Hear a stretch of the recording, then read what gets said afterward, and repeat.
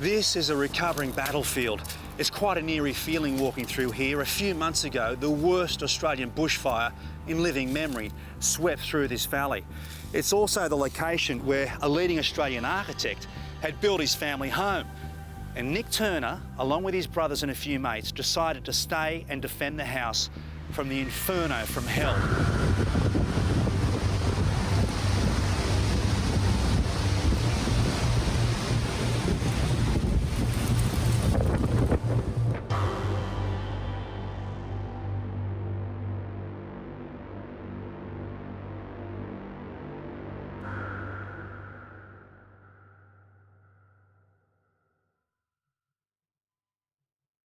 This, whilst it was an exquisite landscape here, had a fuel load that had been building since 1984.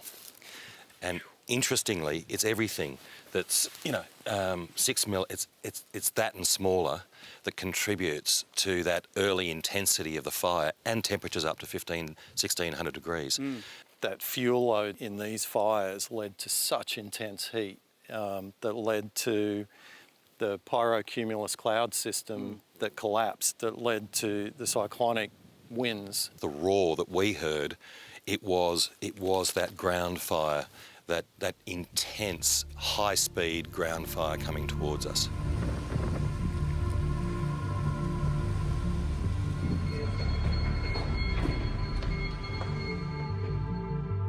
What we're seeing here is quite bad destruction of some incredible, unique colonies of banksias and other species, including a rainforest gully that has just evaporated.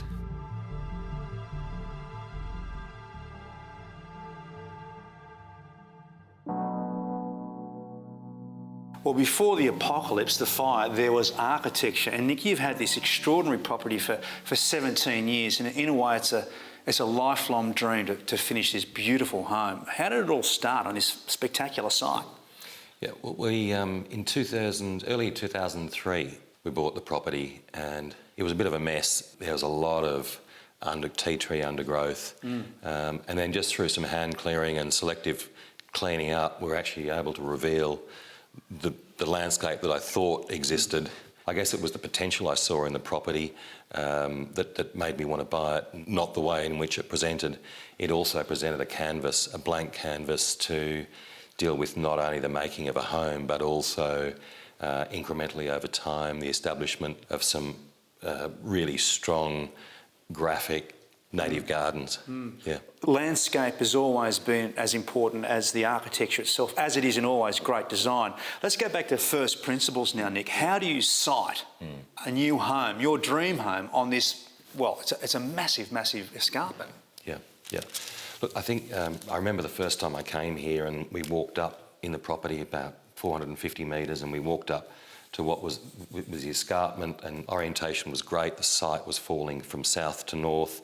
One's initial inclination when you come to a site like this is to optimise and get polarised around views, but there are ecological reasons and fundamental bushfire planning reasons why you can't do that.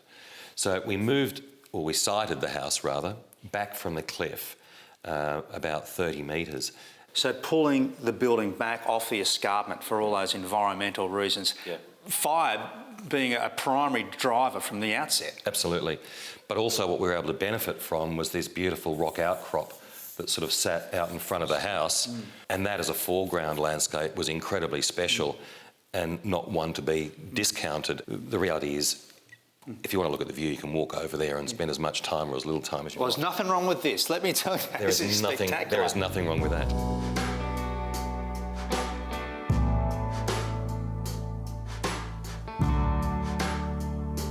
The house from different angles appears quite defensive, and the entry is quite understated at the door. You almost don't know where the door is, and then you come into this arrival space and you're greeted with this double height space that suggests there's something more interesting beyond. In terms of modern design though, what's allowed this is obviously the columns, so it allows all the external walls to be non-load bearing, allowing us to open up the entire glass side in that view. Yeah, absolutely. So that mountain really comes into the room. It's our wallpaper to the north. And on this side, the enclosed courtyard. Yeah, and this is a great space in particularly winter. It's amazing when that fire is going on a cold winter's day, how this whole space almost, it's like a roofless room. Now, Nick, we know it's an architect's house because there's these beautiful, beautiful little flourishes with the lamps. Story about this bike, which you've restored. Tell us about some of the pieces in this room. This is a Frank Lloyd Wright lamp. Beautiful. There are very few pieces in here, but there are some very special pieces that are close to my heart. The bike's one of them. That's an old racing bike from when I was in better shape many, many years ago that looks new, but it's just restored and has become a sculpture in the room. Into the open plan kitchen, looking back onto the dining area. Nick, what are some tips in designing a great kitchen? Great working surfaces, not being too tight, but not having to travel major distances.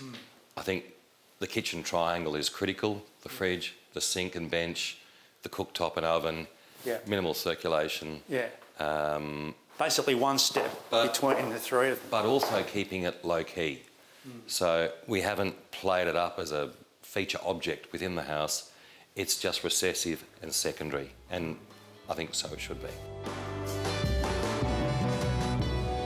While the architecture very much frames and integrates the landscape, the whole design is very much underpinned by some very important passive and active energy systems.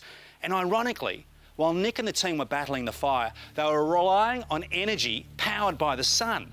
In fact, the survival of the solar systems was critical in saving the house. Nick, how important was this guy in terms of survival?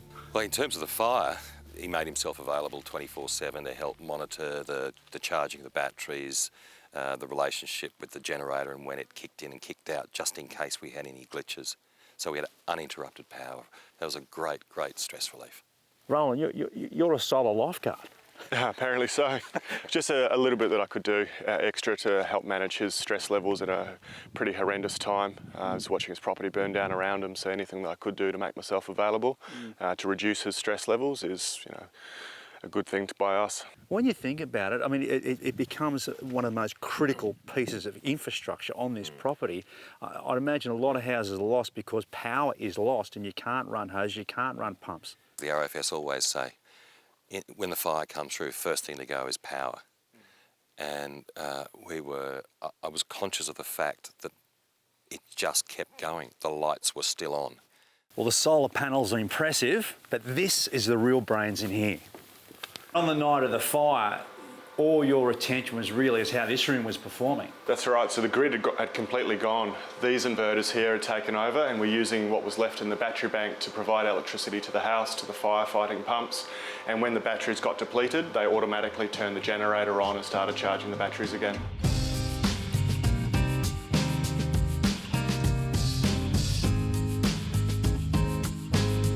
In effect, the environment very much drives the location, the shape and the orientation and the internal planning of the house. Absolutely. Yeah. So it's effectively a linear pavilion. It's about 9.5 by about 30 metres. So it's a very slender, dual aspect, shallow, linear box for living in. What are the key materials here? There are three key materials here.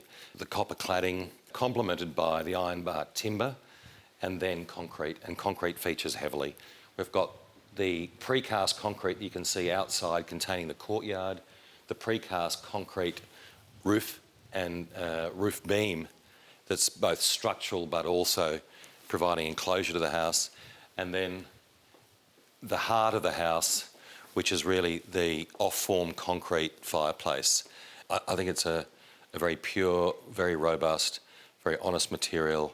You can do so much with it, and in this case we've accepted that it's not perfect. We take it warts and all the way it came off the form, with its faults. I don't know, it just has a real warmth and depth to it. So this marks the end of the original house. Then we go into the bridge connection. The topography's rising, so we need to take up that level change, which is about 1.5 metres, just to get above that natural ground level. This, as I said before, is very much a grounded building that emerges from the topography, doesn't float above it. And that's reflective also in the landscape that's introduced within the house here. In terms of the materials in here, though, there's been a slight sort of change in the materials palette. What are some of the key materials here, Nick?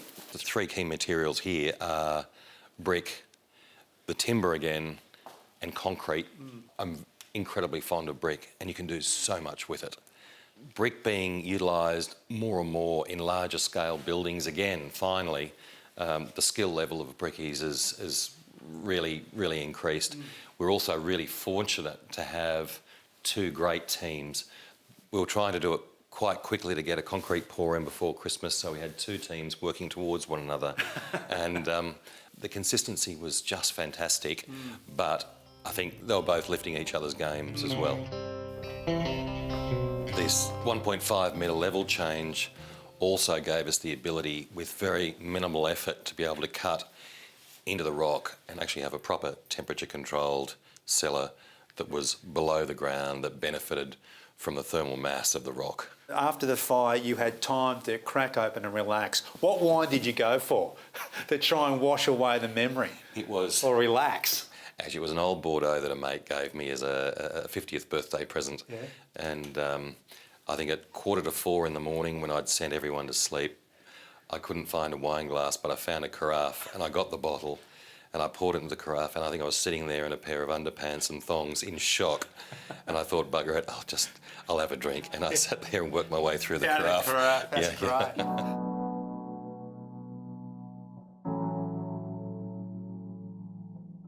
It's funny, it doesn't seem to go away. It's you get these moments where it's pretty raw, and despite the sort of superficial gloss of the green that's around now, there's years to recover these gardens, and the evidence of destruction. We've really spent 3 months cleaning up. It's taken that long, and it's amazing what 9 hours can do. It's taken 3.5 months to clean up 9 hours of destruction.